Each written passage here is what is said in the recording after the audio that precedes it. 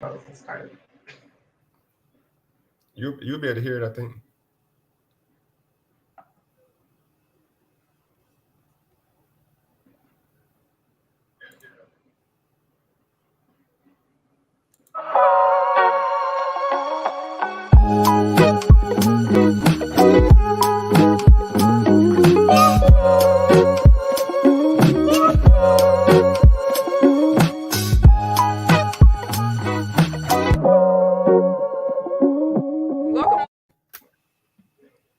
Welcome, welcome. I am Johnny DeStanton. We have Reginald Perryman, Shaka Williams, and we are TSARE. This is the There's Something About Real Estate podcast where we talk all things real estate. And tonight we're going to be talking deal or no deal, fix or flips. Do we buy it? Do we cash flow it? Do we not, take two more looks at it? What's the deal, y'all? Do we trash it? Do we trash it? Yeah. And what we going to do? Or let the city have it back. That's funny. Tax. Yeah.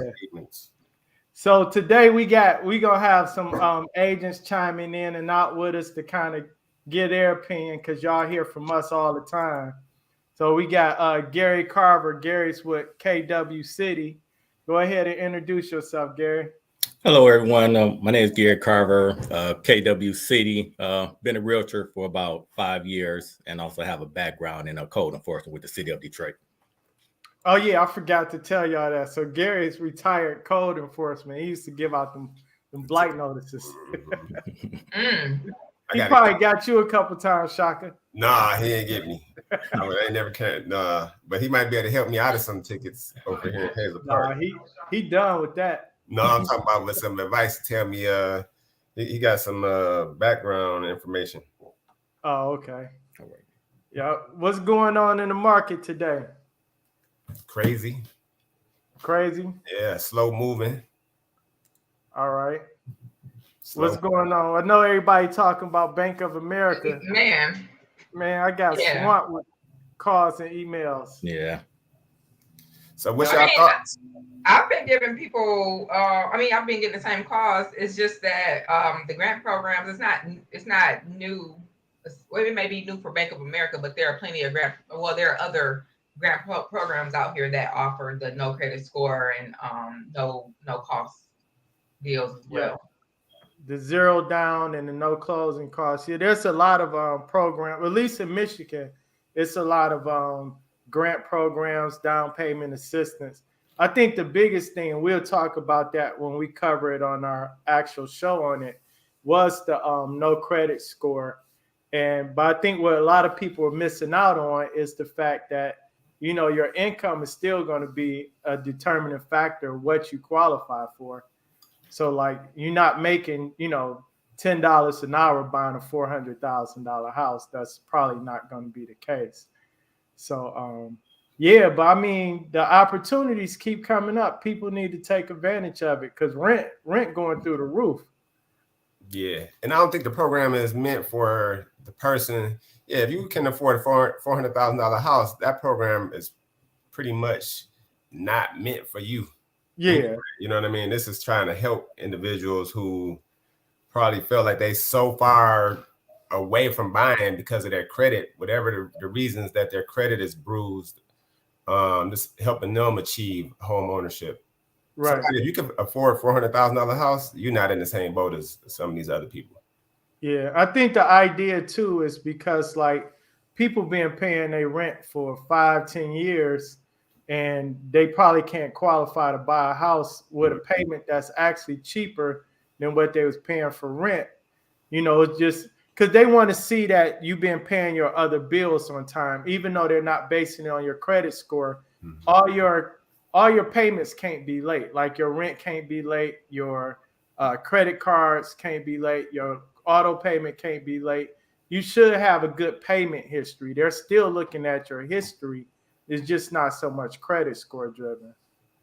And I feel bad for those people that was in a rental property that was able to pay, but chose not to pay. And now this program come along and now they can't take advantage of it. Right. That's gonna hurt. So what you mean? So why they can't take advantage of it? Well, I mean, they're looking at your rental history, your payment record. They're looking at, all your bills. They want to see that you pay on time still. Mm-hmm. It's not credit score driven, but it is a payment history. They're going to look at that as well to see if you qualify. So you talking about people who had the ability to pay their rent, but they stopped paying it? Yeah. Oh, I don't feel bad for them. Well, I know. That's what I'm saying. You have people that were doing that because they knew, hey, we can get funds or we can get relief for whatever because of everything that was going on. Yeah. And they were like, oh, the landlord can't put me out. I'm just going to chill. Now the landlord's selling the house. Here's an opportunity for you to buy the same house or a different one for $0 down, no closing costs. But, we'll see how that pan out. We're going to discuss that on our other show as well. They call that karma. Yeah. Yeah. Gary said you keep it real. They didn't do good business, so now the opportunity is there. I tell my son all the time, if you stay ready, you ain't got to get ready. Yep. So they didn't stay ready. All right, so we're gonna evaluate a few properties today. Jaja, what you got going on? What's going on in your real estate life? You just bought a property. You just bought a property? Yeah, closed on it last 2 weeks ago. When we was waiting in Austin. for it for Mega Camp. We were there and it was closing. So that's always awesome when you're closing out sellers and buyers, and because that actually did happen too. We were closing other transactions as well and buying a house while we were away. So you said you closed like 10 deals in the past week or two, right? Something like that. I got it. You closed like so many you forgot. Right. That's pretty good. I just got it. The thing that I guess we need to know is we got to still keep that pipeline full though. So, just because they close it don't mean nothing. We gotta load that chamber back up. Right. So, but yeah, I mean, same thing. People have been asking about the Bank of America program. I have been steadily, trying to pay attention to what's going on in the market around here. I mean, I'm just seeing so many more properties now. A lot of days on the market, they kind of just, sitting out there. And, maybe they're not priced right. Who knows? I don't know, but I know for some of our buyer clients who haven't been able to get settled, like I've been messaging people like, hey, right now is your time, especially, these people who are buying like between that 250 and 300 range. Yeah. Like they are really seeing some opportunities to get a really nice house and good square footage, land in the area, and be able to negotiate some terms in their favor. So that's cool. Gary, what you see? Well, Gary, you work with a lot of investors too, right? Yeah. So I got a couple listings that's kind of staying on the market. Seem like the buyers are getting a little pickier now. I guess they, got options. So it's just a lot. Even the couple that I just closed on, I guess the negotiations has been kind of layered out. So it's just not going as smooth as it was just a couple months ago. There's a lot of competition now. Like she said, a lot of days on the market now. But so we'll see if it changes. Oh, okay. Cool. Are your investors still buying heavy? Like, are they still looking for the deals, or are they kind of slowing up any? They're definitely still looking for the deals. And they're out there. Some of them, well, in my price range, a lot of them are definitely under the 50,000 range. So they're still buying those up, even right. 12,000, 5,000. So they're still buying those up and flipping those. So so I don't really have a problem with that area there. Okay, cool. All right, let's see. I agree with Gary 100%. It's not even like Janita said something about them not being priced right. I don't think that pricing is the issue in a lot of the houses that I'm seeing staying on the market. because people are still making out of whack offers. You know what I mean? So you would have to be like $50,000. You have to be like way overpriced for pricing to be the issue as to why you stand on the market right now. That listing that you had on Party is a perfect example of that. Like for that listing to be on the market that long, and they come and offer that $26,000 difference, like that lets you know right there. It's not necessarily pricing. I don't think you can blame it on that. I just think that I mean, a situation where the buyers are. I feel like they're scared right now. I feel like they got information. I think they've been misinformed, a lot of them, and that's been scaring them from purchasing houses. Yeah, I just offered that as one of the potential reasons why some of them could be. Yeah, so, I'm saying. I said, who knows what the actual reason is. I mean, you got a lot of people. You had a lot of buyers that were basically saying, like, "Shoot, we're just gonna take a break." They could just be taking a break. For sure. So we will all agree that the investors haven't slowed down at all. No.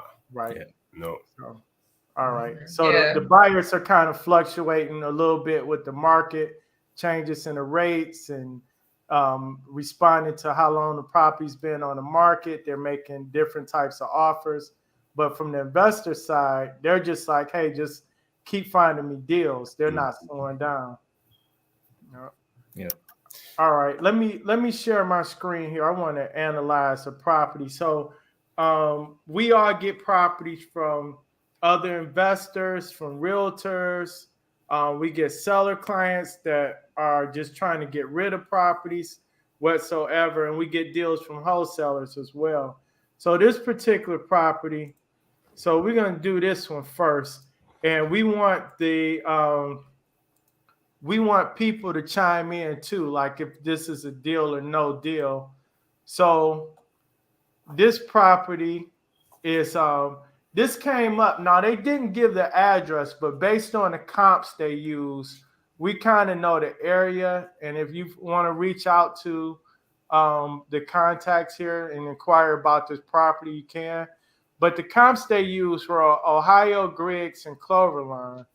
And at first glance, when I looked at the property and I looked at these comps, I was a little bit like, oh, I don't know about it. But the comps are supported. The issue is they're asking $19,000 at the time. They did have a deadline, offer deadline.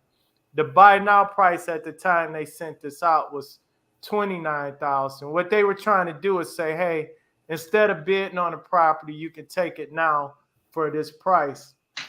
So they're saying it's an $80,000 spread.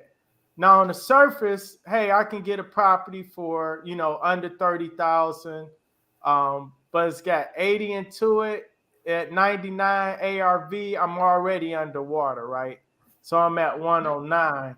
But if the property has some upside, maybe for a long-term rental, it may make sense depending on your strategy. But just based on these numbers, what do you guys feel about that just on the surface level as a deal with this amount for the ARV purchase price plus what we think the repairs may be? I mean, for me, no deal. Before going into the house and just using like what they offer as, the ARV, I would just say, okay, for me personally as an investor, I would have to be all into that house at $65,000. And then, I would evaluate it from there. Can I get everything done at that price? That's how I would determine if it's a deal or not. And then also the gravity of the work. All right. So we're saying, I think we all agree that when you buy a property, you don't want to be no more than maybe like 60 to 70% of the ARV all in, right? Right. Especially on the buy and hold, because on a flip, you're going to base it on your return on investment and the minimum amount of profit you want. But even as a buy and hold, you want some equity. So let's just assume we're around 100,000 range, between maybe like 90 and 100 based on these comps. And let's assume the buy now price is 29,000. Now here's the house. So the biggest factor in this it's the work. But not only the work, it's the season that we're in. Shaka, so when we look at this house, and let's just go through this for the audience here. So we got, this is the first photo of like the living room here. They call this a major rehab. Right, major rehab. Yes. And major So, rehab, numbers got to be way more for So- major rehab. Yeah, get this So, out. Tucker, Down to studs. Yeah, you gotten this to the studs? I don't think you can. I don't think you had the money to gut this to the studs. I don't think this is a house that you're going to, I mean, if you're trying to, it depends on the investor, but I don't see that they can afford to gut it down to the studs. Right. But let's just say, based on the photos we're seeing, let's say if they did have the money, based on the amount of work you're seeing on the interior, is this a complete, look at this, man. That's frozen. That must be old. Because that look like that's frozen water. Possibly, yep. So that means it's probably some additional damage to the foundation if it froze, right? Because the basement could have just backed up or whatever and just froze. I mean, it don't necessarily mean that it affected the foundation, but okay, checked. So Shaka or Gary, so we all agree that this will have to be completely stripped and gutted. Yeah, that's a major undertaking there. Even starting with the area for me, I don't know if I would drop that repair budget over there. It just seemed like the numbers wouldn't make sense for that one over there. The budget would definitely have to be a lot lower for the construction for me for it to make sense. Yeah. But look, I'll tell y'all this. So I know we just threw the number 80 out there because it looks scary. So this is where some investors really can capitalize, especially if you're here in Detroit and if you do any of the work yourself as opposed to subbing everything out.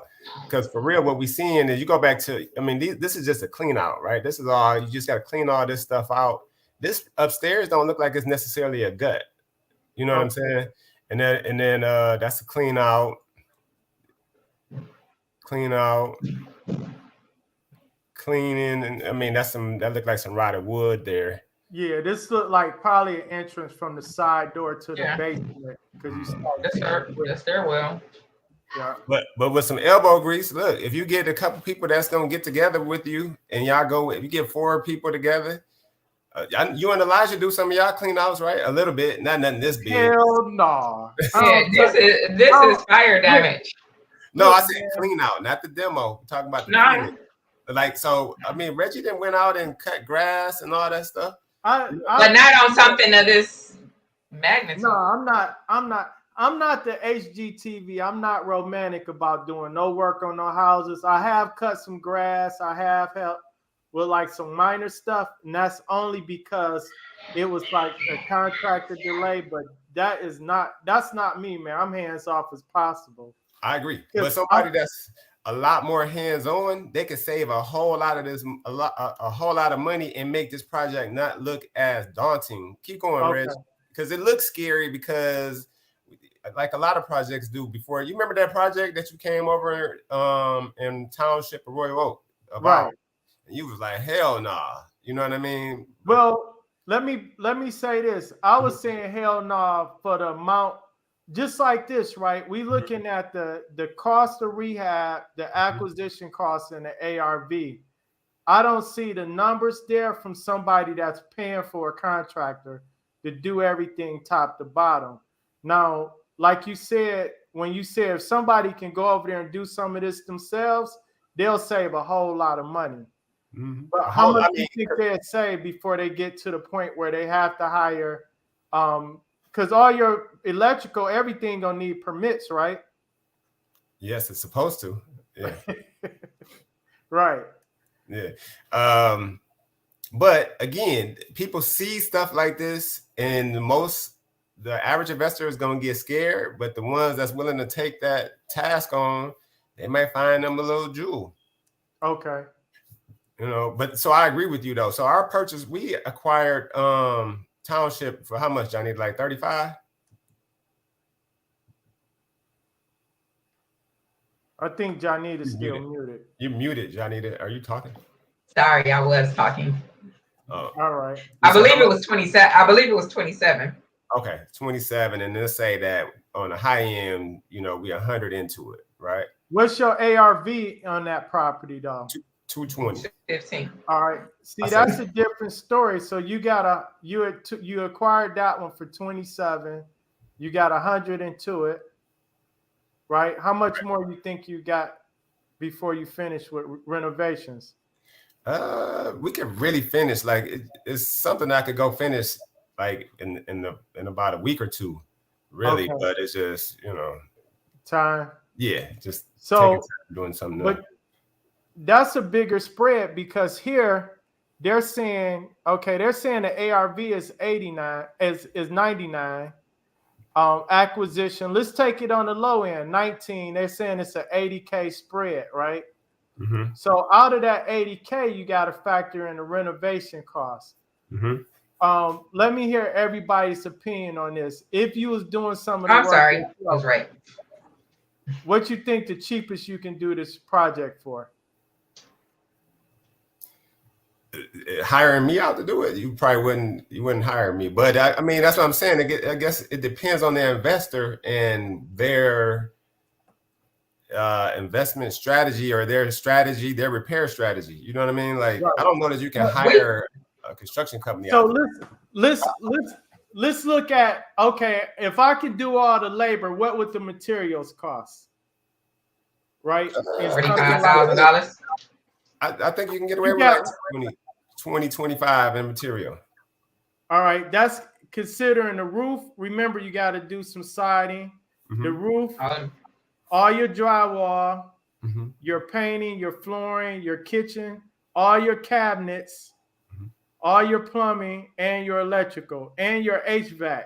Nah, because y'all saying all that we have to do, but I see this, and I don't see that you have to do every single thing. I hear it, but we would have to go over there to kind of see it. You know what I mean? Man, like even there. Look, I'm sitting here and I'm looking at this house, and I've been in plenty of houses with Shaka. We buy that house, everything coming out of that house.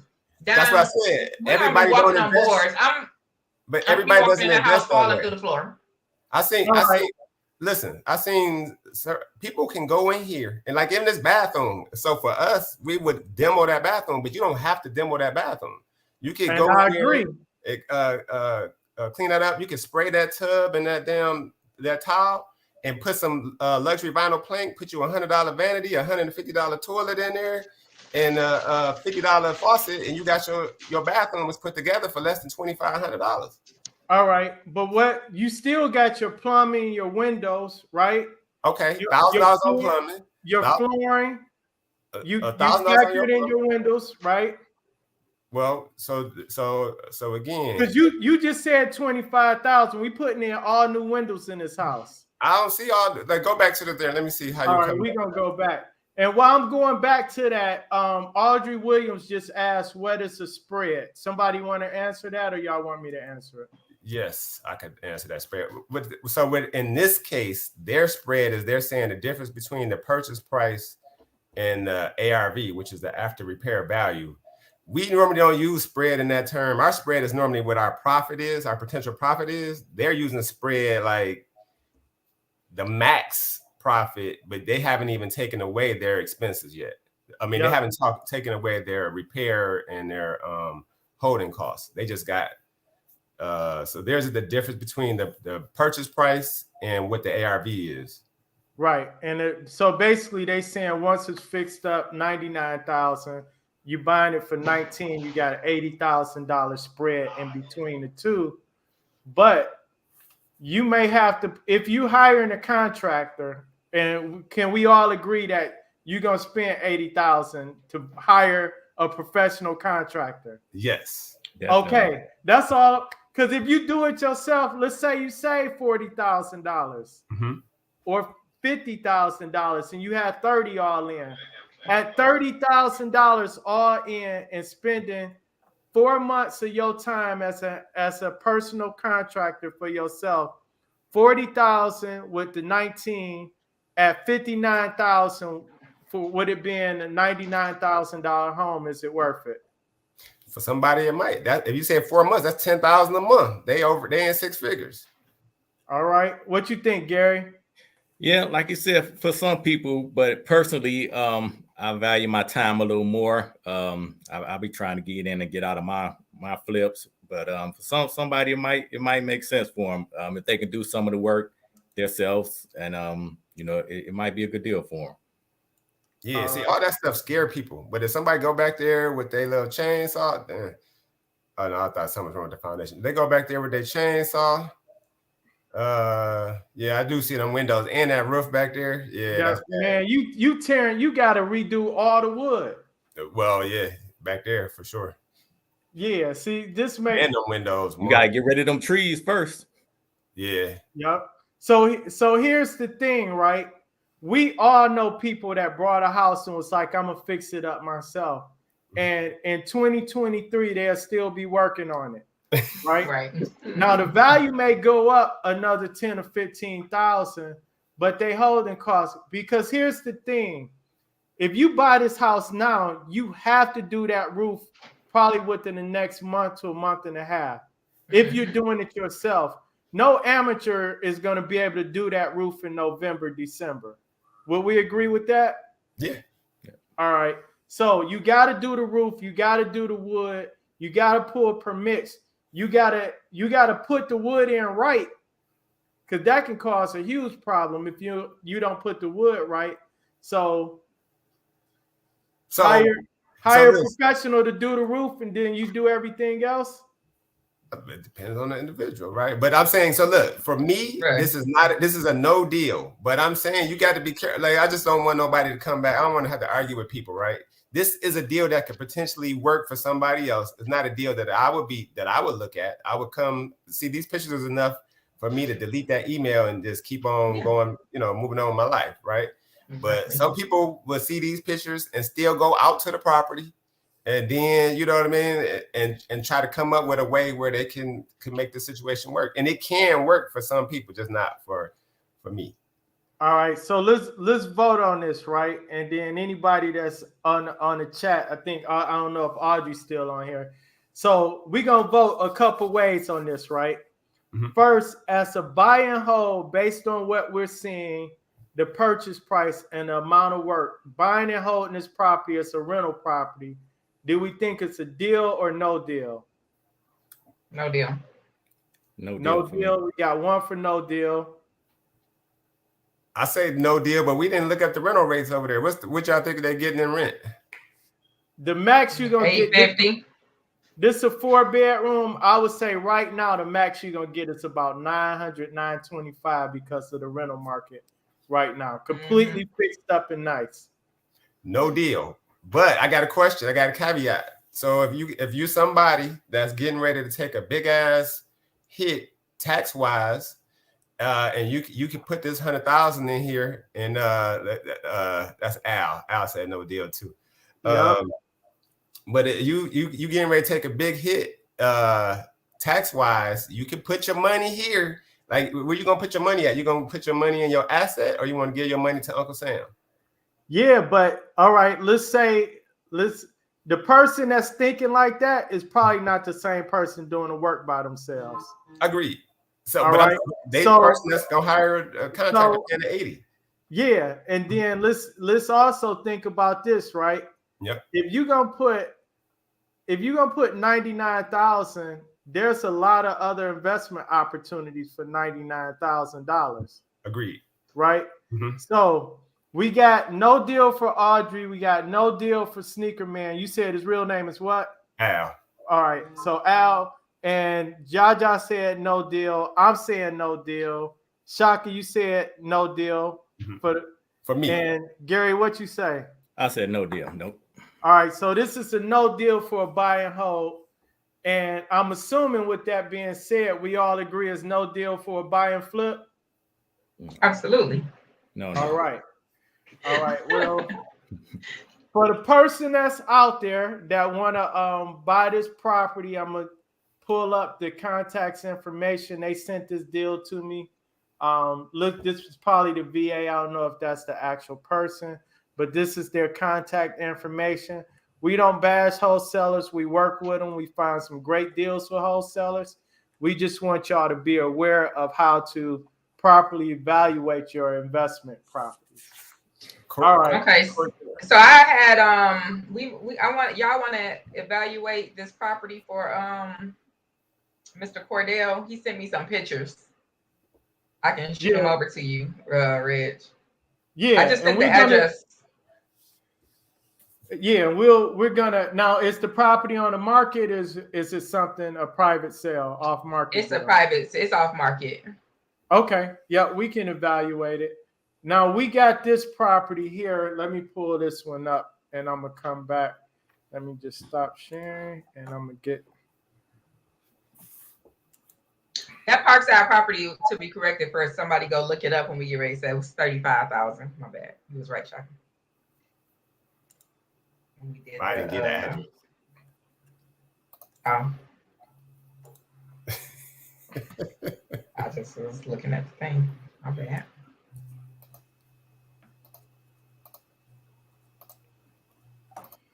All right, so let's take a look at this one here. And we got, all right. So in this property, they actually sent the address. This is 15500 Ashbury Park. It's a 4-bedroom, 1.5 bath, approximately 1,500 square feet. Now, the first thing I do is I want to see, they're saying the ARV is 155 to 160. Anybody familiar with that area? Mm-hmm. Yep. All right. Southfield and the ARV that they propose without looking at any comps. I think it's about right there because that's right on the outskirts of Rose. Yeah, that's right off Rosedale. Okay. All right. And they're asking 54.9 for it, which is not bad. So just looking at the spread, Audrey, the 54.9 and the 155 to 160. So you got just over 100,000. So we just want to see how much work is going to be needed that's going to eat up that $100,000 to determine our profit, our potential profit on a buy and flip. Oh, they already got somebody there working on cars. You can make this a business. So let's see if these photos come up.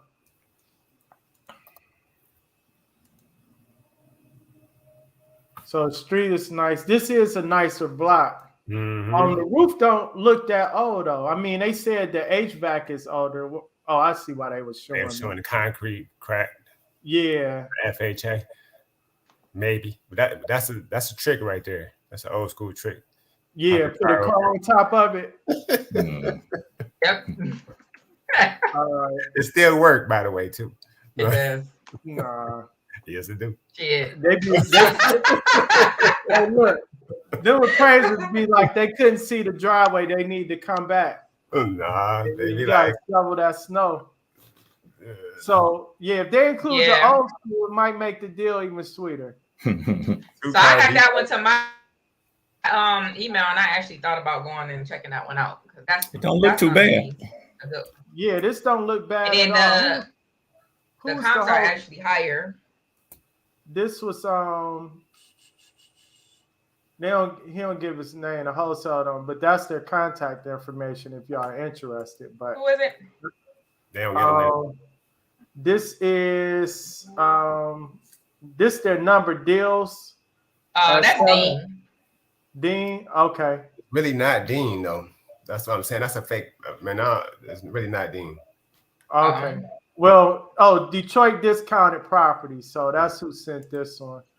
So let's see. So far it don't look bad. They got a lot of. I like when wholesalers put like as many pictures as possible. Some of them send videos, kind of make your life easier. The interior of the garage didn't look too bad. I like when they show like realistic pictures, like it was probably a roof leak there at some point in time in the garage. Hot water tank is on. It looked like the basement probably flooded or something before.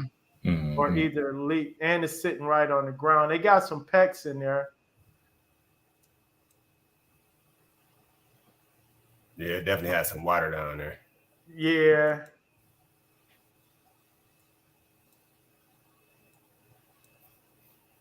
All right, it's showing you everything. It don't seem too bad. I mean, this one I don't see putting 50 and 60,000 into it, so the spread may be decent. But on this one, we're actually going to run some comps and see how realistic that ARV is. What are you doing with this kitchen? So what we would do is we would change it. I mean, it just depends. It just depends on your budget. So when we go look at the comps, we'll be able to tell what we got to do. So I don't just go in there automatically assuming I got to put everything brand new. Right. I got to go see what the other comps are showing me that I got to do. I'm glad you mentioned that. So you're basing the quality of finishes you do based on what the market is saying. So like if all the comps are showing completely updated kitchens, you may lean more towards making your home more comparable. Right. Right. Most people will see this and be like, oh yeah, I got to go in and gut the kitchen and redo it and start cutting into their budget. What's your thoughts on this kitchen, Janita and Gary? I'm sat here and I can't even see this kitchen. Yeah, it's kind of dark. Floor? Yeah, it's kind of dark. Make it bigger? Floor. No, that's about as big. Oh, hold on, let me see. We definitely. For me personally, I will be really trying to redo that kitchen. Like you got to gut that soffit. I mean, is that Formica? Like, what kind of cabinets are those? That's probably Formica or something. What if the comps have Formica countertops? The comps that's at 155, they got Formica countertops. What's your thoughts, Gary? Yeah, I kind of agree with Shock. It just depends on what the area is doing, because we deal with a lot of sellers who even the sellers just automatically think that they have to just do certain things that's going to add value, and it don't necessarily mean that. So it just got to make sense for that area at the time. So, but just looking at that one, yeah, it might need some changing out. All right. Yeah. Yeah, I painted a lot of cabinets in properties too. Like if the cabinets are good, and then we just changed out the countertop. So I agree with Shaka on that. I'm not gonna upgrade it more than what the market is. So that's what we gotta do next. You see, that look like a room that they. Yeah, so you can see the kitchen a little better on this one. Yeah. It don't look. Is that subfloor? The floor is actually looks like it's down to the subfloor. Yeah. Like you might be able to keep the just put the tile down. Just start putting the floor down. Yep. A lot of soffit and filler in there. So we got investors that'll come in, and you can correct me too, Gary, if you seen this. Like we got investors that just demand on coming in here and putting in ceramic and granite countertop and marble floor tile. Yeah. And it might not even be necessary, right? Yeah. They just automatically have that mindset. It's like the playbook, A, B, C, D, is just what they're going to do, and all of them don't necessarily take that. They just come in painting over wood and hardwood floors. It is, just going crazy. I guess I don't know if it's just the newness that they see on TV or whatever, but just doing unnecessary stuff to project that don't have to be done. Right. Yeah. So this looks like the dining room. It don't look too bad. I would redo that ceiling though. I hate like when they popcorn the ceilings and do all of that stuff.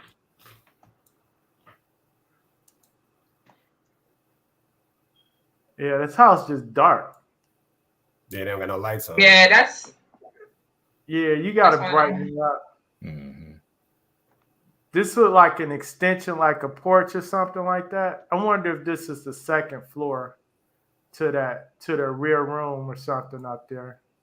But that's where it looks like that's where probably the most damage is. It don't look too bad. No, it don't look bad. So we're gonna run some comps, because my question is, what is they're telling us that the ARV on this one is 155, 160, and that's 15,500 Ashbury Park. So I'm gonna pull up real comp.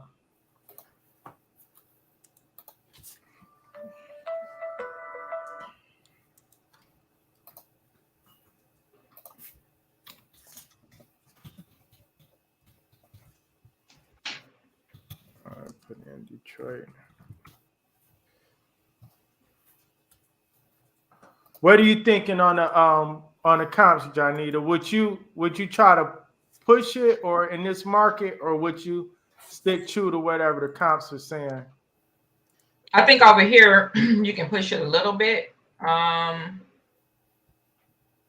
I will go in with a 169 and doing everything based on that number. And then, once we get ready to put it on the market, we'll reevaluate it. All right, so they're saying 1,500 square feet.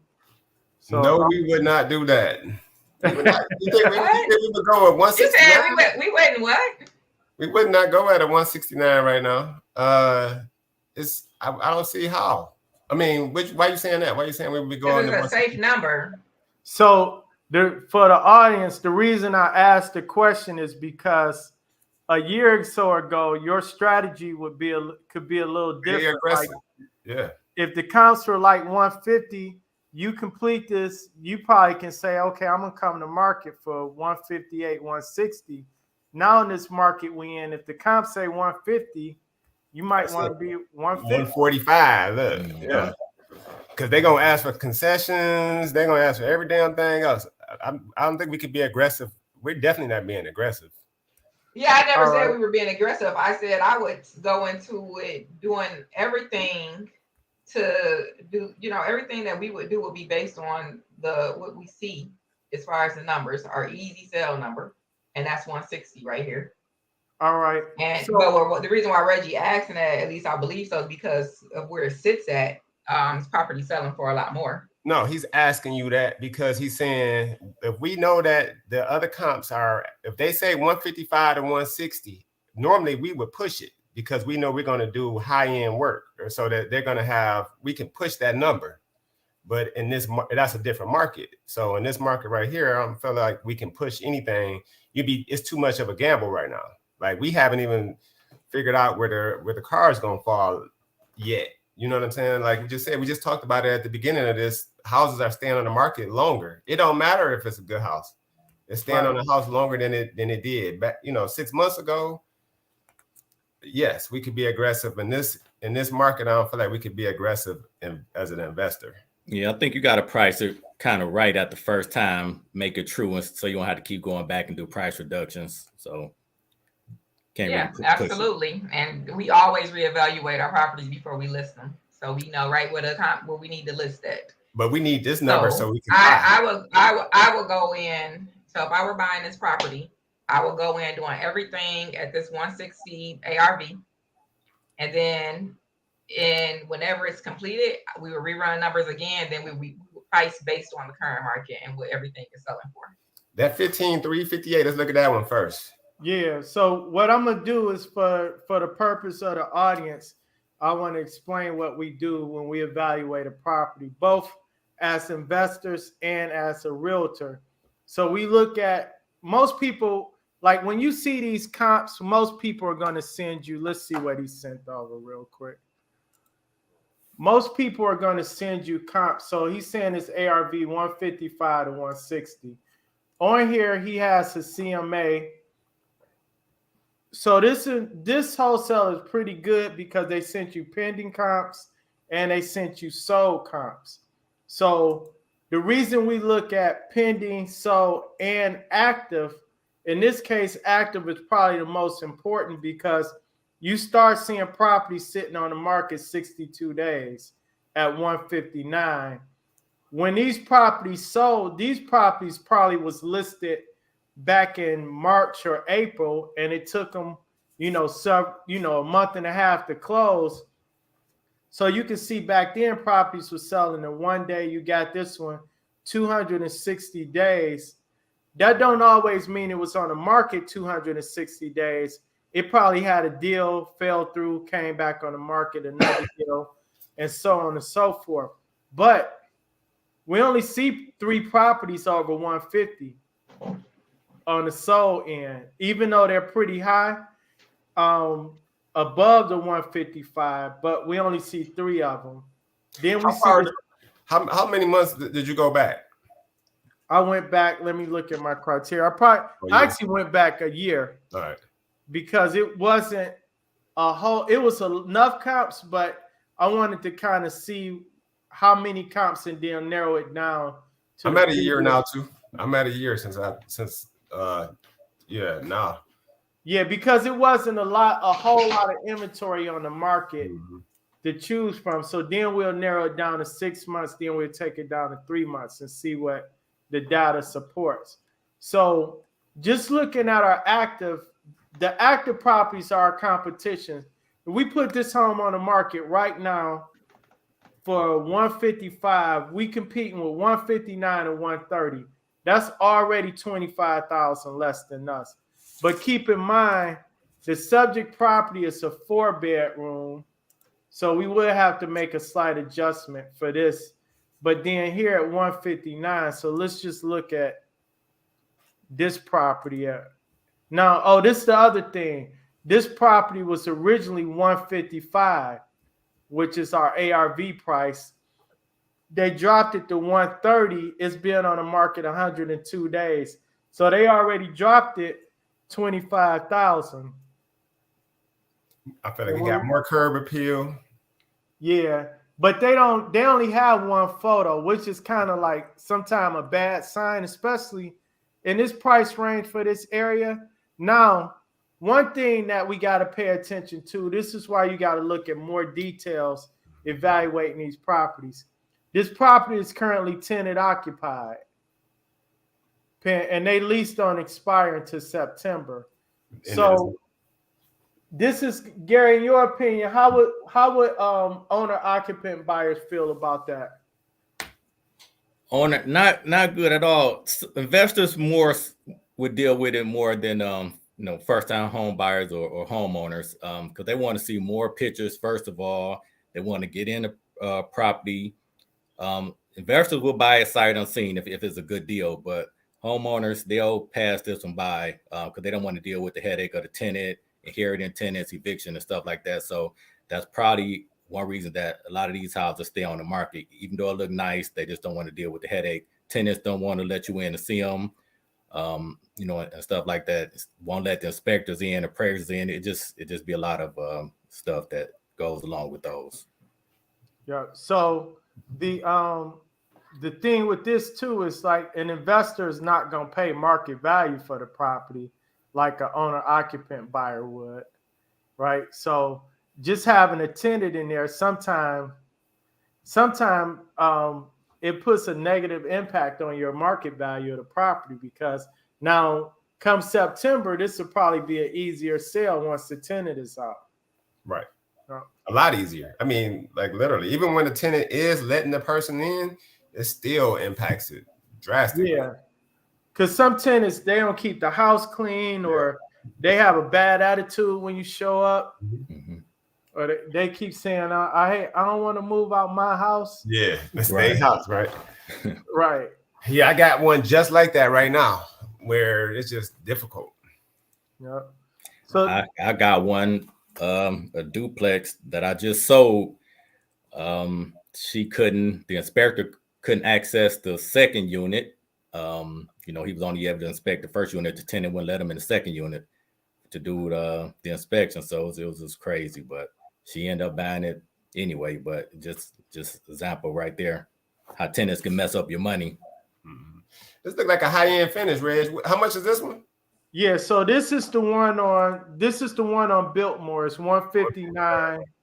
It's been on the market a total of 62 days. They must have pulled it, or they switched it from new to Pen. What the hell is PS? Yeah, probably actually saved. Yeah, they probably originally put it in and then didn't make it active until a later date. But I mean, 159 with 2 months on the market. Well, 16 days as of now. This not a bad property. Yeah. Mm-hmm. See, look at that. That's why you can't go aggressive. That's why we couldn't. I wouldn't even buy it. So I'm telling you right now, I'm slamming this deal. Yeah. All right, what you think, Gary? It looked like the numbers is right there. I don't see any wiggle room. Yeah, they like they might have overdid this one. They did a nice job. This is what you're supposed to do. This is what most people see when they see flips. This is what they expect. Right. Yeah. It's a job like this. And you know, I mean, that siding ain't, you know, they don't look like they did the siding, but everything on the inside, it looked like they did a good job. Yeah, so going back to that kitchen that we mentioned earlier, gotta remodel it. Yeah, these are new kitchens, cabinets, and they put the butcher block countertop up there. But let's see something too, because I want to look at some of these sold properties. And let's go back to that one too when Janita come in. So you have mentioned one that, this one down the street from the subject that's pending.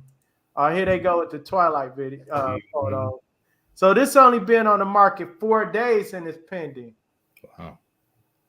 So I don't know, Shaka. This one down the street. The other one was on the market a while, but this one nice too, and it went pending in 4 days.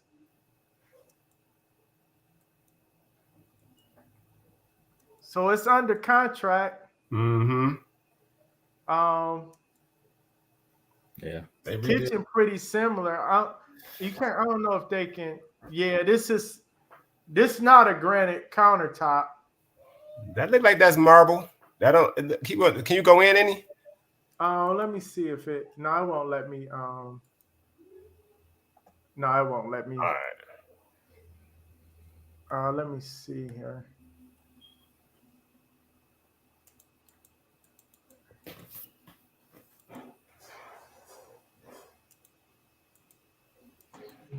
Identical to Memorial almost.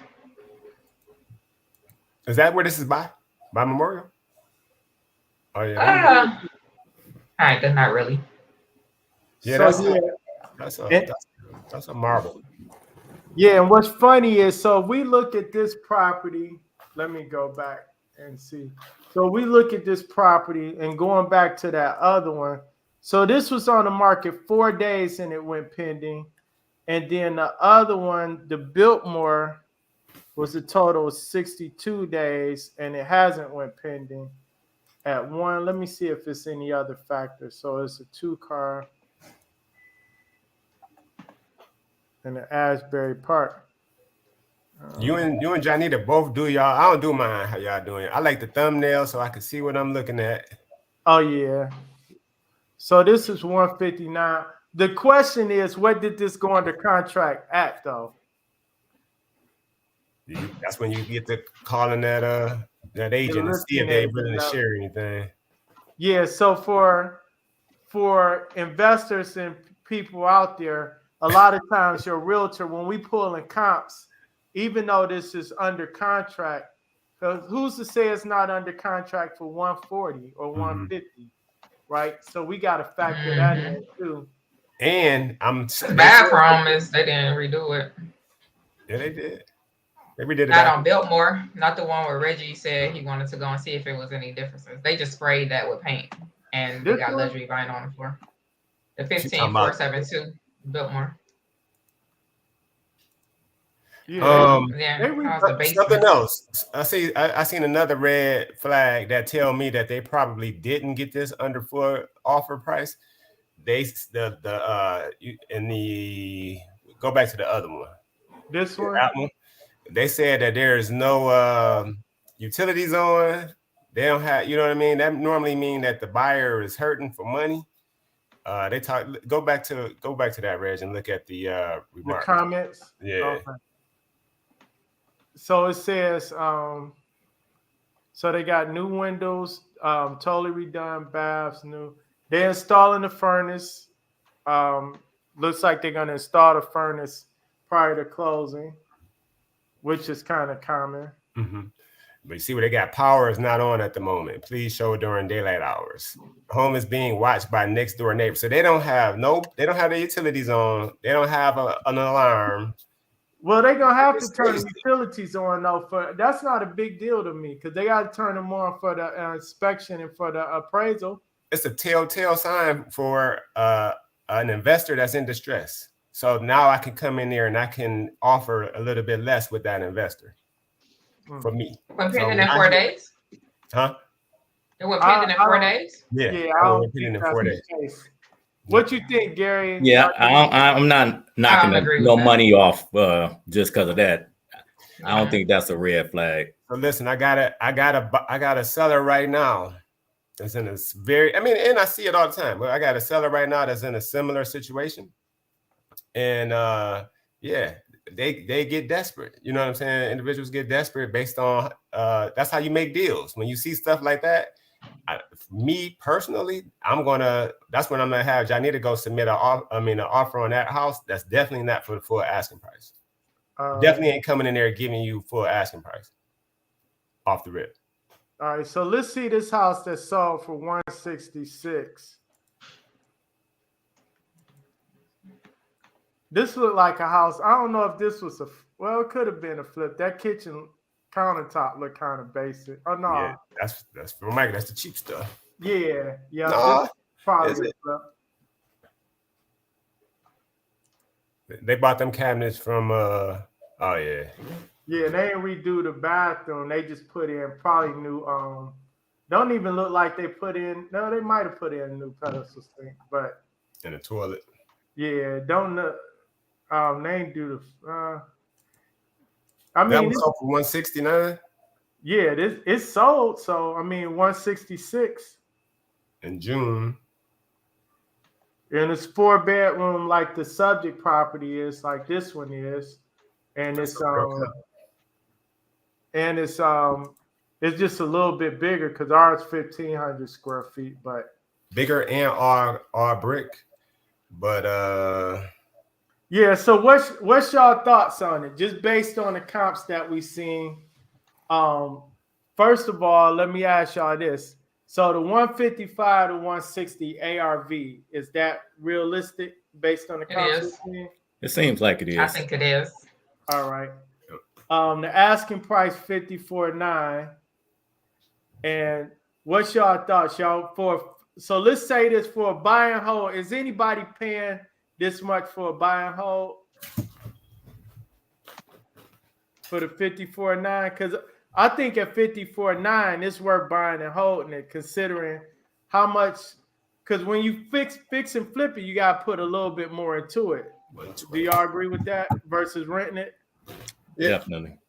The numbers work both ways: buy and hold and the fix and flip. So in the buy and hold, I wouldn't put anywhere near. It don't look like you got to put that much money in there to just make it habitable. Yeah. All right, so just make it clean. Shaka, deal or no deal? Janita would make this. This would be a deal. All right. Janita. I was gonna put an offer in on it.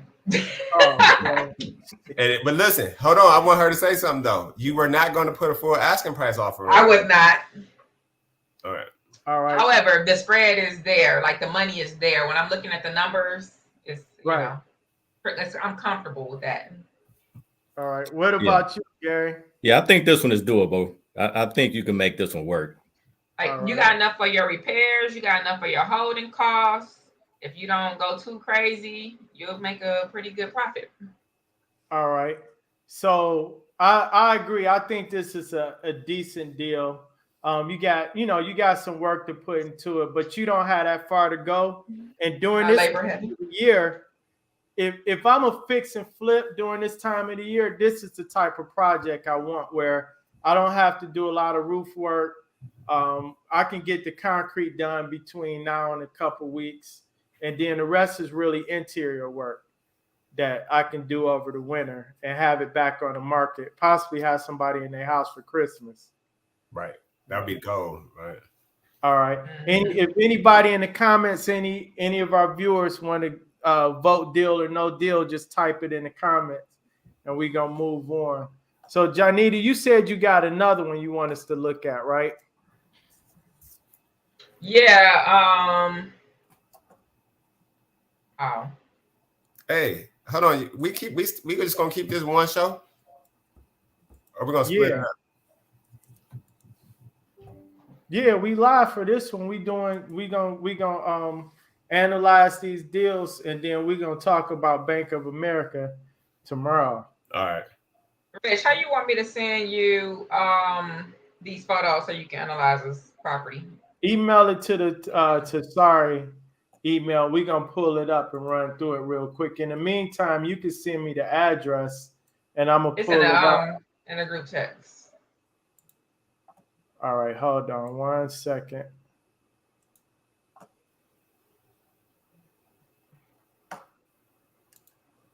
Was it ever on Real Comp as well? I didn't check it. He literally just sent it. All right, give me the address. It's in what city is it in? Detroit. All right, the address is 14466 Longview. It's on the east side. 14466. Yes. Oh boy. Okay. I know this area. Gary, you know this area? Yeah. All right. A lot of quick claim deed activity going on, but I ain't saying nothing. All right. Let's see. It's trying to get you these doggone photos. Hold on. All right. So this the property years ago when it was listed. This is back probably in the heyday of it. 4-bedroom, Longview, and listen. You're not sharing, Rich. You're not sharing. Yeah, I'm about to share it. I'm about to share it in 1 second.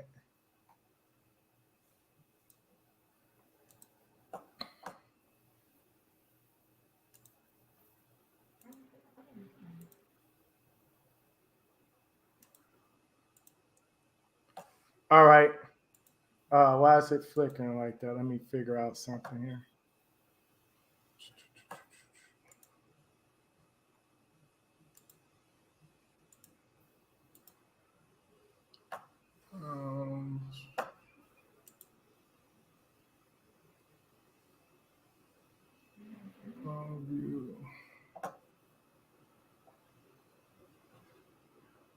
Take this one out. In the meantime, while we're doing that, I see Audrey said, go ahead, Al, make that deal. All right, can you guys, and Cordell, is this Cordell's property you're talking about? Yes. Okay, so we're going to evaluate this one for this. Let me get this. Did you email me photos? No, I'm sitting here trying to get them. I asked him to send them via Dropbox, but he don't see Dropbox. So I'm about to okay. I'm just grabbing. So I'm just gonna pull up. Man, I got enough. This is enough though. This will do. All right. Is it how many bedrooms? Is it 4-bedroom, 1 bath? Yeah, it's 4-bed, 1 bath. Let me see if the share come up and all right, there we go. All right, so this is the property. Now keep in mind, full disclaimer, this is an older photo. A lot of times we can get details on the property from when it was previously listed, right? So this is the property over the years in the MLS. Damn, I seen 3,000. Did we see 3,000? Look at that. Yep. That's sold for 3,000. What year was that? This was 2010. Better get you a Bank of America loan so you can buy houses now while they cheap, because somebody gonna be 10 years from now, they gonna be like, man, that house was $50,000. Why I ain't buy it? Yep. All right. Pull up the current photos, Rich. All right. This sold for $3,000, 2011. So a year later, it sold for less than the $5,300. No, it had expired then. Oh, okay. Yeah. So it ended up only selling for the 3,000. Yeah. Yep. So, all right. So this is the property, 4-bedroom, 1 bath, right? So before we look at photos, do Cordell want to tell us what he's paying for the property, or do we want to So let me ask you this. Do we want to tell us what he's paying, or do he want us to give advice on what he should offer? What is the question here? He in the comments. Well, he was in the comments. Yeah, he in here. So we'll start pulling the comps now. And this is 14,466. You know this area, right, Gary? Yeah, it's you know this area all too well, don't you? Me personally, it's not one of my favorites to be investing in. But Cordell, he said I'm here, so we gonna. All right, you saying not invest for personally for rental properties and flips or either? Neither. He had 25, y'all. He said he. Are you from the west side? Yes. Yeah, so I wouldn't touch with a 10-foot pole for that reason too. Like, yeah, I own homes on the east side though, but just personally, yeah, just it's different east and west to me personally. But that's a whole nother show. He had 25,000, Reg. You can't go too wrong for 25,000 on any part of the city, but true. You can do better. Let me put it that way. It depends on what the condition is. Like if it's moving ready, it might work. So I'm gonna analyze this first. We're gonna see what some of the comps say. And let's see, not a lot of activity. So for anybody that's out of town and don't know Detroit, Auto Drive is its own environment. Like if you using comps and you see Auto Drive, just ignore it because it's got its own market value compared to the surrounding neighborhoods. So unless it's on Auto Drive. Exactly. So Wade is not really that much of the area, but not so much the property itself. When did that sell? Yeah, 2,000 this square feet. was sold 22, just May of this year. And they had a bidding war out of this world. Yeah. I think this was actually, hold on, let me see something. I'm going to do the thumbnail so we can just see the summary of all of these. So Corbett was 29. This probably was a fixer-upper. It said investor special. That's active right now. Yep.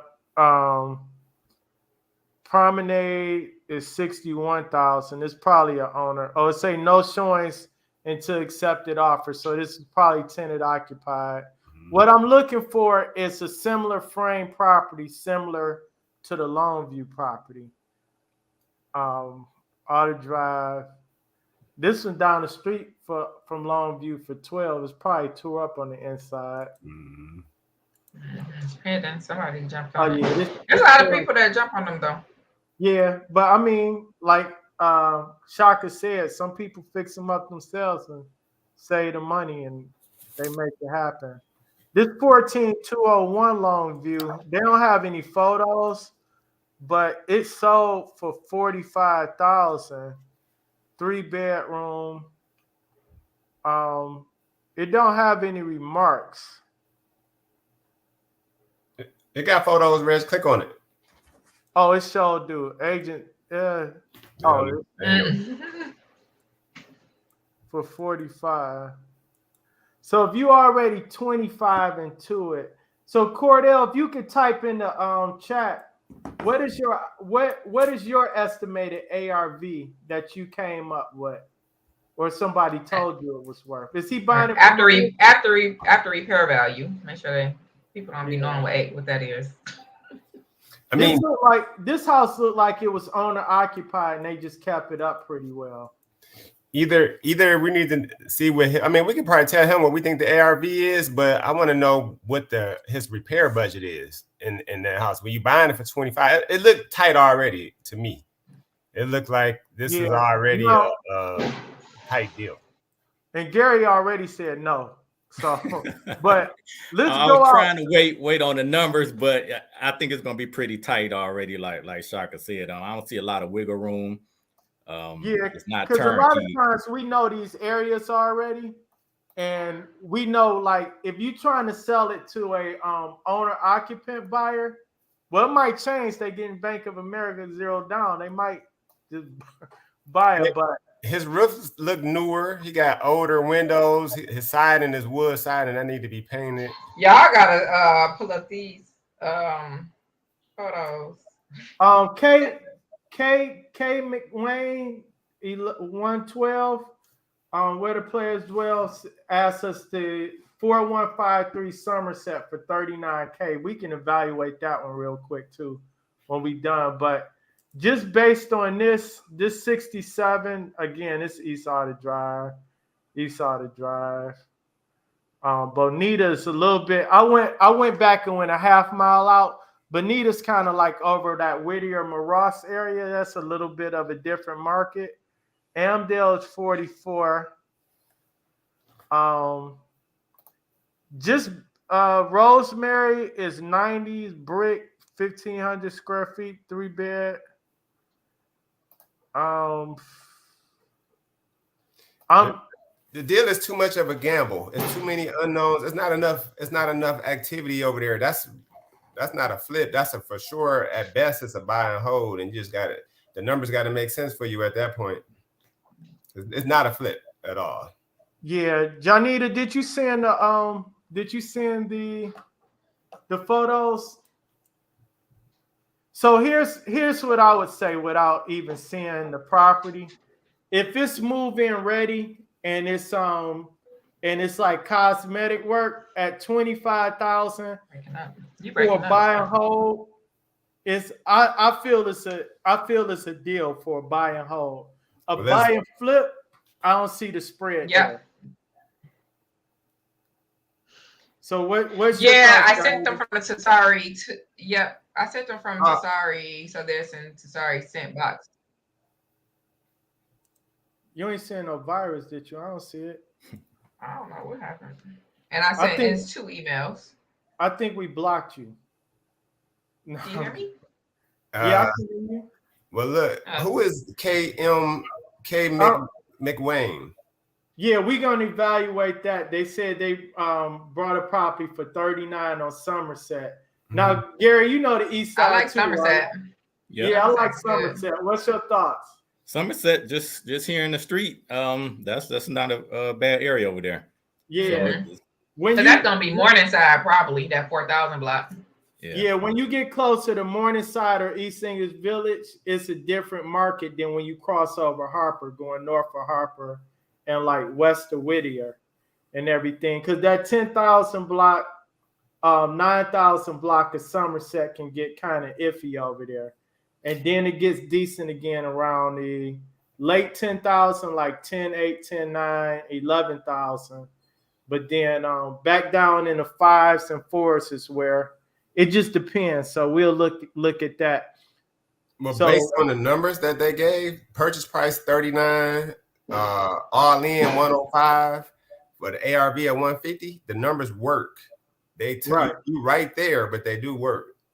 Yeah, we'll run some comps real quick though and see what it's looking like. So going back to Cordell's property, I said yes on a buy and hold if it's move-in ready with minor cosmetics, maybe like less than 10,000 cosmetics.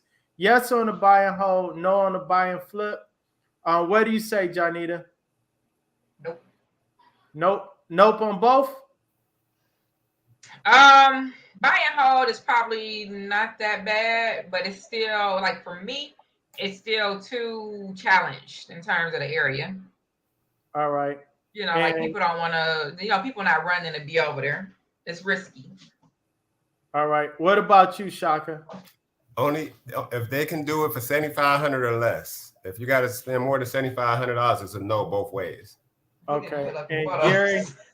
The same buy and hold just because of the area. And now I'm just looking at the big picture of the security of the area, trying to get it together. It just being a headache. Just speaking personal experience. So if he can get it, like I said, under 10,000 as far as repair, then he can do it because it's definitely a rental area over there. So other than that, What y'all think the rent is over there? Right now, he probably can get $850 for it max. Yeah, if he Yeah, could be that's probably 75, gonna be your max. yeah. So yeah, if you're more than 32 in it, then 32,000 in it's a no. All right. Yeah, he's gonna have to hold on to it for a little bit, and it'll be. Yeah, because people in those other areas are gonna have to, eventually have to move. It's gonna spill over from the better areas, and the more unaffordable these other areas become, then people are gonna start buying at 60. But those prices are gonna eventually get pushed up, especially if they're getting $0 loans with no credit score. Mm-hmm. All right. What do you think that area traditionally? That area over there traditionally was probably what, like an $80,000 area. Just Yeah, before before the crash, it was like 80, 85 was probably about the max. Depending on the home, the brick ones, you probably was pushing about 100. Cordell said 20K in it. Is that 20K in renovations? Because if not, then if that is the case, that's a no. That is a no. Don't buy that for nothing. Don't do nothing in that deal because he 45 in it. Yeah, and it's not enough spread. No. Yeah. All right. So we looking at the Somerset property. Here. Oh, this is a nice property. Mm-hmm. They didn't have any exterior and interior photos at the time, but just looking at this, all right. So it was 39 and then 105 all in, 150 ARV. I definitely agree with the ARV, but let's take a look at it anyway.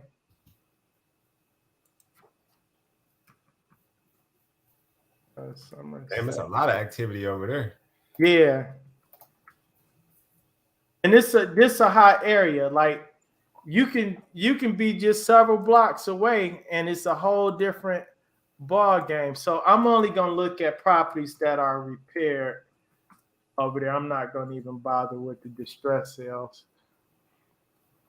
And I'm just gonna do within that quarter of a mile. So just looking at this right now, you don't have a lot of competition. It's only 2 properties active on the market, right? Hold on, Reg, before you go further, Cordell asked, so he said this house is a wash. So I mean, does he own this house already, Johnny? Oh, it ain't a wash. It can't be a wash because you already own it. So you gotta see if what would I do in that situation? What would y'all do in that situation? He owned that house. I would sell that house, land contract. I'll get somebody to give me like 5,000 to 10,000 down, 400 to 500 a month. Let them pay the taxes and insurance, and sell it for more than what I paid for it, because your land contract buyers typically gonna pay a little bit more in most cases, and just collect your money over time with interest. The highest you can charge right now in Michigan is like 11%. I would charge something closer to current rate, collect your money plus your interest and be done with it, or fix it up and rent it out. But a fix and flip is just not the way to go. Or you could take your L right now and try to take that money, take whatever you can get for it, and try to take that money and try to make it up on another deal. And I think you can sell it what you bought it for. Mm-hmm. I know a good realtor that can't help you. But no, I think you can sell it for what you bought it for, though. There it is. So, all right, we can go. So it's not a complete loss. I think you can get your money back out of it. You did not look at them photos. Oh, you saying it's bad? I mean, he just started, and so yes, it's bad because he's in the middle of construction. Got it. Yeah. Oh, that's the. So I tell investors all the time, the worst phase in a flip is when you at the gut process, because if the property is together but it's outdated, you can still find a buyer for it. Selling it while it's gutted is hard because you limited to strictly investors that's willing to pick it up and finish the project. So you got to get over that hurdle and then try to sell it once you get it somewhat back together. But if you just buy it and hold it, you're pretty good.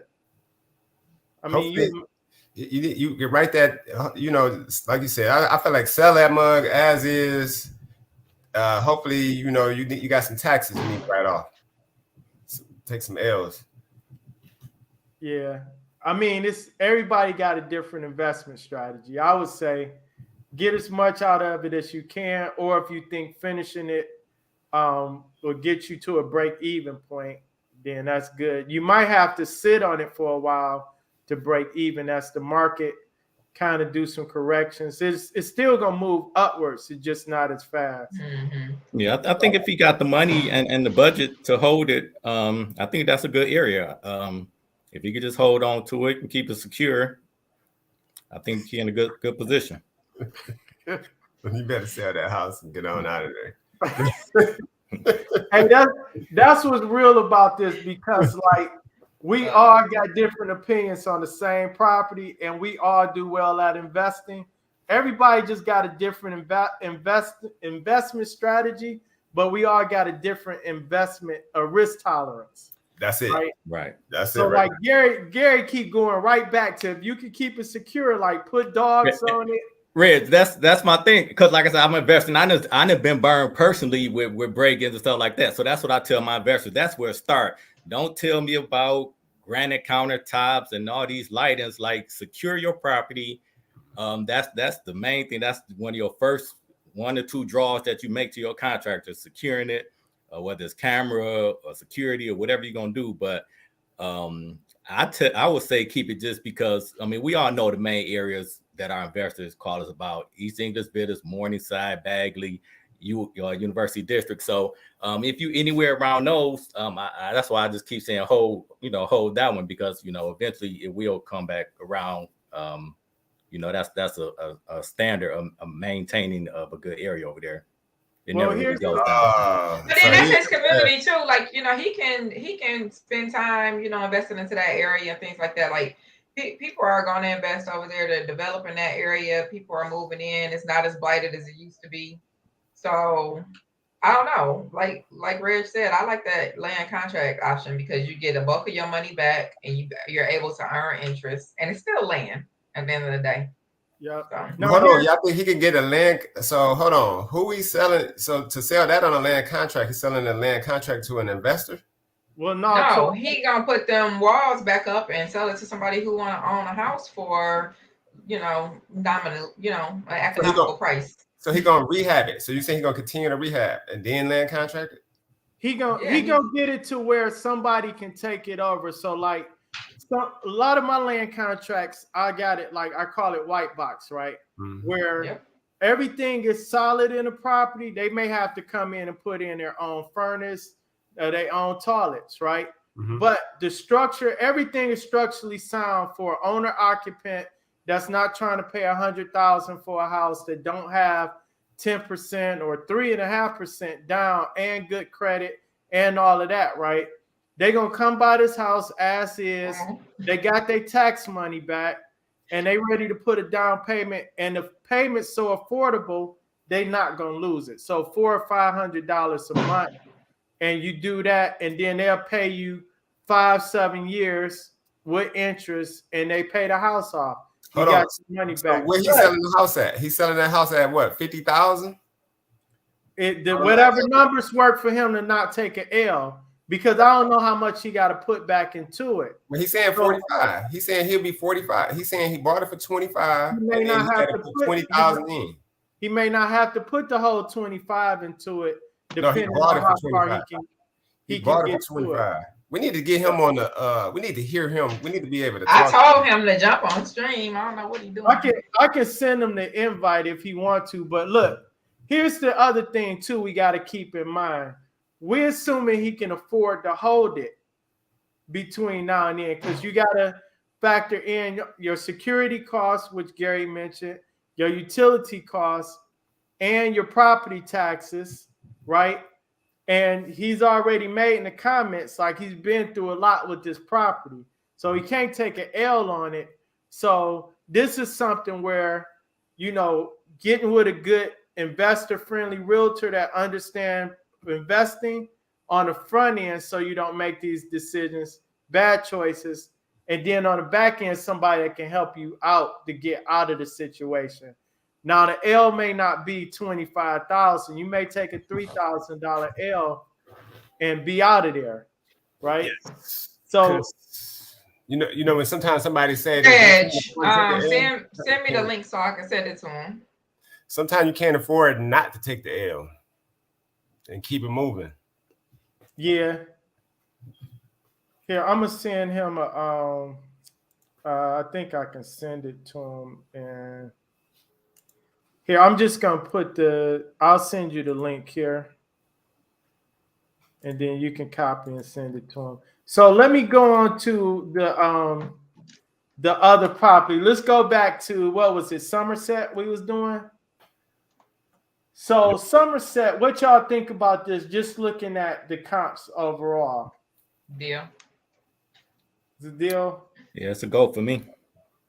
Let me see Nottingham. All right, so Nottingham, let's look at that. No Twilight photos. Man, they funny.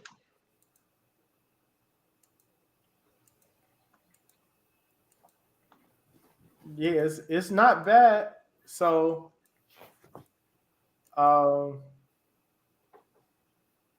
it ain't the best bathroom job, but I mean it's decent. They got carpet and luxury vinyl plank all through it. Yeah, like they just painted it. They put some windows in there. Is that carpet in the kitchen? Go back. What is that? What the hell is that? Yeah, this is the kitchen. Oh, is that the wait a minute. Unless it's like a laundry room. Laundry room? Yeah. That's still crazy. They put carpet in there. Like, bro. Yeah. I don't want carpet. Nowhere is water running. No yeah, garage. I mean, that's just without even seeing the condition of the property. What was it? 105 all in, 150 ARV. Yeah. I think that's real doable. Yep. So the question was, I'm hoping to get 150 based on this and only 17 days on the market, and that sold back in July. Hey, this Aaron sold this. Aaron and Joe on Jolene's team, the one we interviewed with Aaron and Ernie. Yeah. Got a pretty good realtor there. Mm-hmm. And then Buckingham 175, that's like top of the market, but it was a 5-bedroom. But let's just see they didn't put a lot of they didn't put they did put some photos in here. Not a lot, and it took 112 days. It was originally listed at 190. And then when they dropped it to 175, that's when it sold. So I don't think that's a comp. But go back. Let me see what else you got. What else you got in there, Red? Let me see. 119 but it said it needs some TLC, so it needs some work done on that one. So this Somerset for 80. It's an as-is sale subject to probate court approval, so that's not a good comp.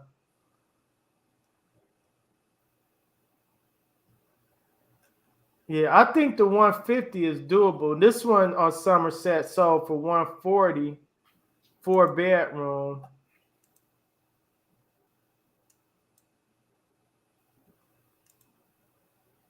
That's fake. The fire in that fireplace. I tell my photographer, do not do that shit.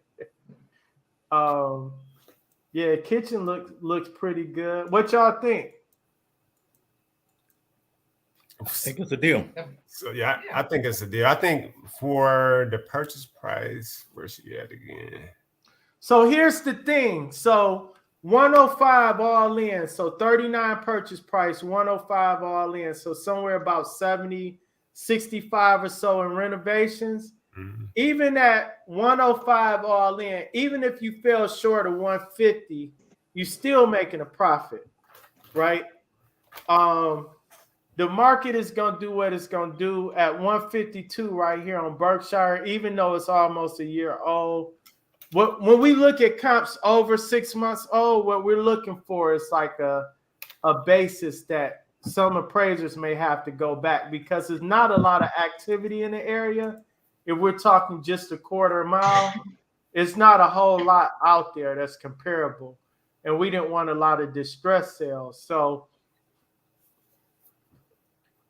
and then you really don't have any competition. I would try to get this house on the market as soon as possible while it's nothing to compete with, really. What's your thoughts? Deal. All right. I'm going to let Cordell in the room, so he's going to tell us about this. But let's vote on this. So, Gary, you say deal? Yep. Even though it's east side? No, I like that east side area. So that one's good. Yep. So you're not east side, west side. You about the neighborhood. Exactly. Right? No, like I said, I own some houses on the east side, but it's just certain areas though. So this is a good one. Shaka, deal or no deal? Deal. Deal. Jaja?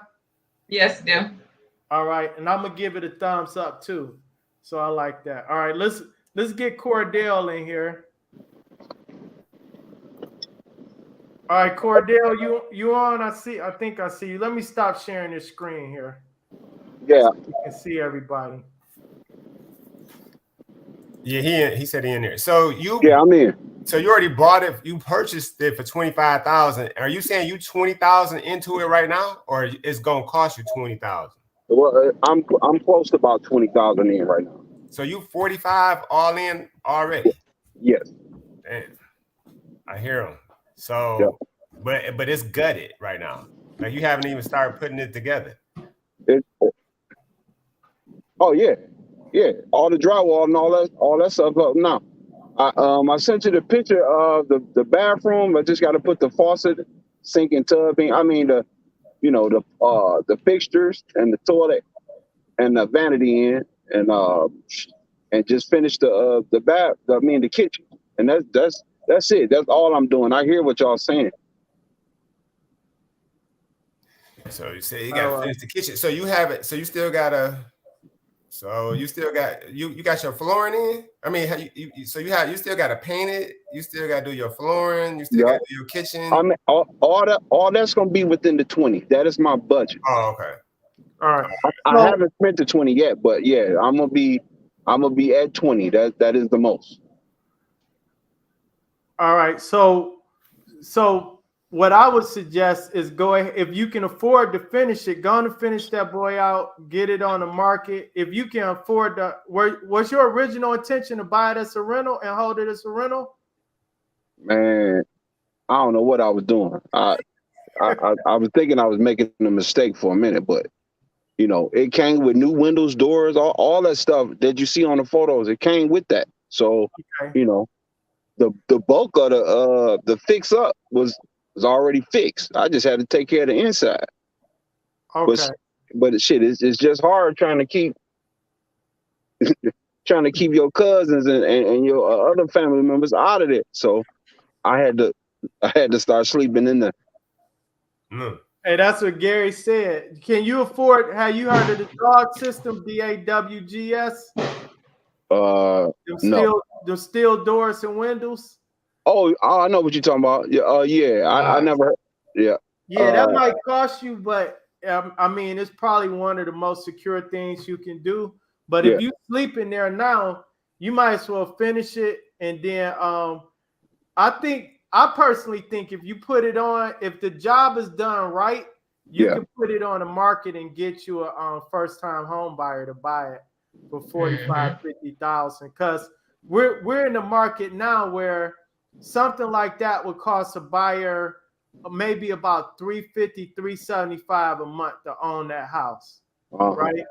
And then with all the programs that's out there, we'll sell it. You might get an investor to buy a turnkey if it's like really done right. You can't half-ass the work though. Right. Right. Yeah, I definitely can't half-ass the work. Okay, so as far as like with the lots that came with to it, because I bought it was a lot came with it too, right next door to it. I mean, y'all can give y'all opinion, but I don't base in because in the city is so many side lots. Yeah. Most buyers don't, especially an investor, they don't have any value. An investor gonna buy it for the house for what it is. That lot is just extra. Whatever you spend for it, you might break even on it. Okay. Yeah. Unless it's an area where there's already some traction and they building over there, but I don't see any value in getting a side lot, especially if you're just trying to get out of it without taking a loss. Tell me what y'all think. Yeah, I mean, yeah, I would try to finish the rehab and sell it and probably break even, expect to break even. That's what I'd be looking at. Yeah, I did not want to hear that, but yeah, that's the real though. So that's the reality of where you at. For me, yeah. I feel like you was at the spot. If you could break even, that's great, because it's a chance that you won't even break even. But if you can finish the rehab and sell it and break even, like you say, you sell it to one of these, sell it for 50 to a first time home buyer. Because I think he's gonna be at around 50. Because if he's 20, he's 45 into it, he's gonna have his taxes, his closing costs, his holding costs. 50 is gonna be a break-even point. Okay, so what's actually making it, you know what I'm saying, so low? Is it just the area itself, or? Yeah, you don't have no souls, you don't have no comps over there that's carrying more than 50. What did we see? I didn't even see 50. That's what I'm saying. I feel like 50 is high. Yeah, it was the comps. I mean, the area is what it is. The comps give you a basis of what the market value is, what buyers are paying for homes for over there. So did you do any type of evaluation when you brought it? No, it was just a sweet deal. Like, you know, my man was trying to sell it, trying to get out of town, whatever, and I just bought it. I was like, get it. Okay. Well, it was only a sweet deal if you were basing that on something. What did you base the values on? You say it was only a sweet deal because what? Because he said so, yeah, you said it was a sweet deal. What did you base that on? The fact that it was cheap, or did you do any type of analysis? Because when I hear a sweet deal, I'm hearing a property that's 45 and I got it for 10. 5. Right? Or it's 25 and I don't have to do nothing to it. To me, that's a sweet deal. Somebody else, it might be 45 and they paid 35 for it. So okay. What did you base your purchase price on? Just what they were asking, or? Well, basically, I based my purchase price on how it actually looked on the outside. I mean, the neighborhood is not really that bad. I mean, at least not that street. It is, but it ain't. But it is. Okay. So I don't know. This is my first time and probably the last time me doing this. So. But look, I got a question. So when you bought it, what did you think that it was gonna sell for? I just figured, you know what I'm saying, I could put a couple dollars in it and at least make something out of it, make something happen. Right. You know what? So you ain't gotta. So this is a good space. So you don't have to not do this anymore. You just need to next time come in there with the right team. You need to, you know what I'm saying? Like, you need to come in there a lot more informed. Right. You know what I'm saying? Right. Yeah, definitely don't get discouraged. And you I ain't getting discouraged. Yeah, you just keep it just make it a long-term play. Get it fixed up, and maybe the values will come eventually. Okay. So, as I'm working on it, you know what I'm saying, I got people knocking on the door almost every day trying to, you know, see what I'm doing with it. Do I want to rent it? Do I want to sell it, or what? I just told them, hey, I don't know what's going to happen right now until it's done. So I'm gonna do one better for our audience, right? I'm gonna do you a favor. So here's a couple things I want you. I don't know if this is gonna make you feel better or not. The block is really not that bad, right? That's what he said, yeah. Right. So when we look at, and we are, I mean, I'm assuming everybody here from Detroit or know some of the area, right? Now these photos are older, so we can't really. It's old, but it's somewhat. But it's progressive and it's in this situation, in this scenario, right? Right. So let's look at this, right? In the history of Detroit, with all the vacancies we had, them houses would have still been standing. Now they're vacant lots. We don't tear down a lot of properties for nothing in the city, right? So when we talk about long term, either these going to remain vacant lots or somebody's going to build there, but the neighborhood is not that bad. I'd rather see a vacant lot than see this house.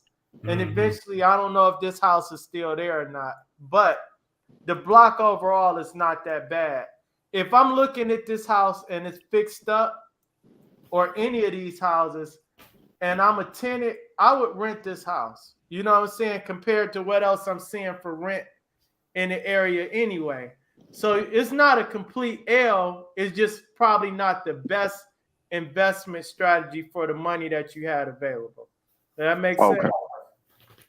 So even with having all new windows, security doors, screen doors, new roof, you still honestly think that was a bad deal? I mean, all that by itself gonna damn near cost about 25.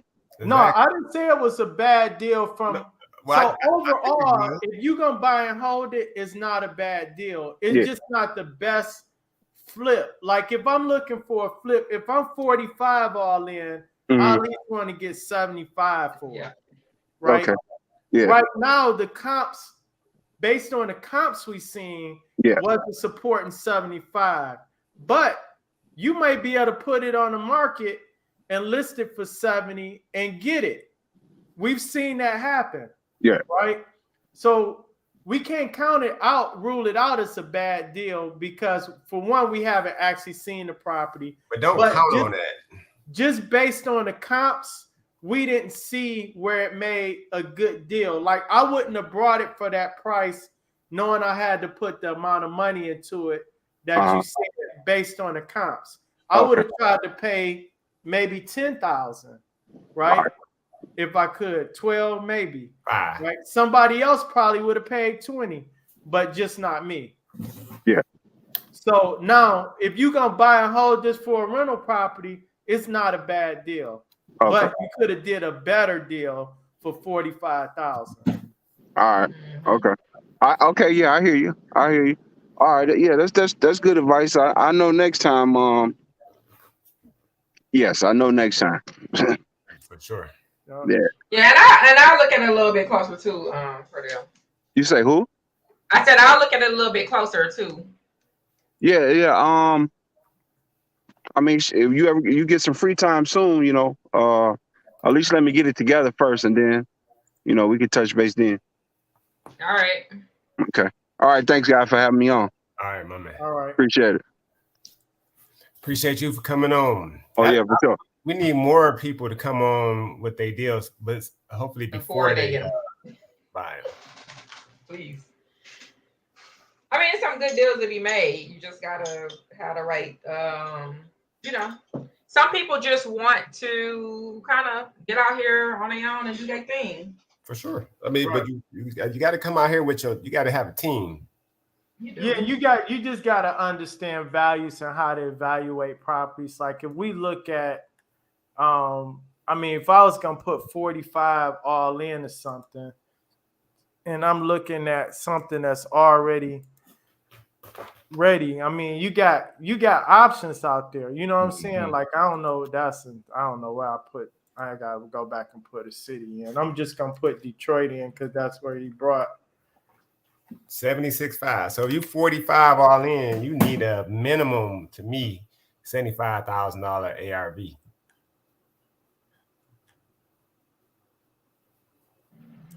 What you looking at now?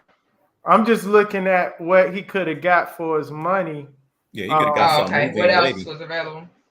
Yeah, like it was other options that probably was a little bit, either the area was better or the house was better in a similar area, and it was already, somewhat like here's the property. So this for our audience, and I don't know if Cordell's still on, but this house says move-in ready, and it's $35,000. You got some painting and stuff to do, but I mean, it's really just when we say just cosmetics, it looked like somebody already living there.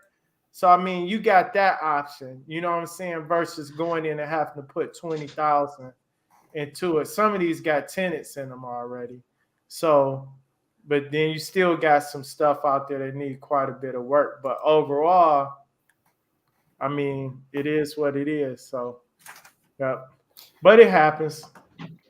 You got to find out. First thing I think what everybody should have learned from that is, one, you got to know what your strategy is. Are you coming to flip or are you coming to buy and hold? That's first and foremost. From there, you can start working on your numbers. But you have to you got to have a end goal first. Yeah. Yeah. Got to know what am I getting into this to do. Good. All right. So wait, somebody came in and asked a question. Let me put this. Have you all considered educating us on the process of flipping from purchase to selling? That would be very helpful. We actually do on our show, on our regular show, we've had a number of flippers and investors on, private money lending, hard money lending. But I mean, we can just do a class, or you can do a one-on-one. Just reach out to any of us. Gary works with a lot of investors. Shaka invests and is a contractor. Jaja's an investor / realtor extraordinaire.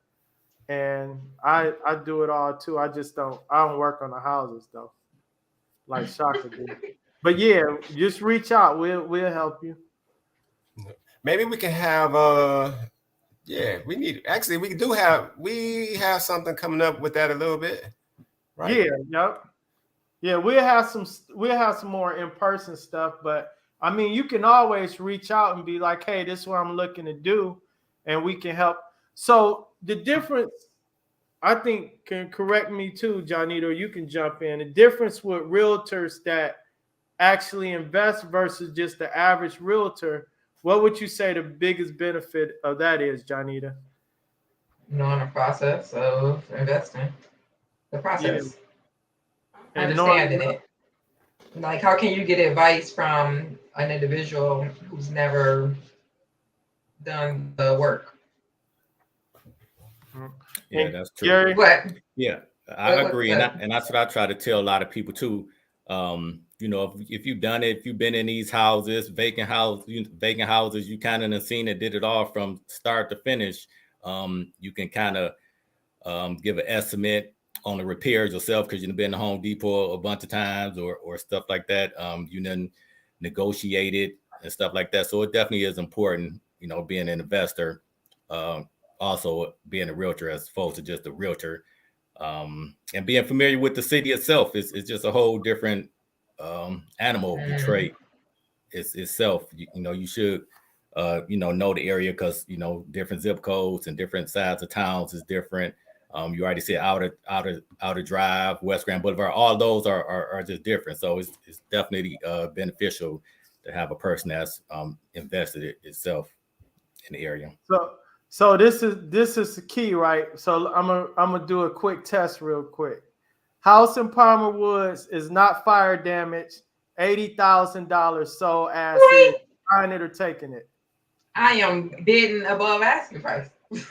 Right. No doubt.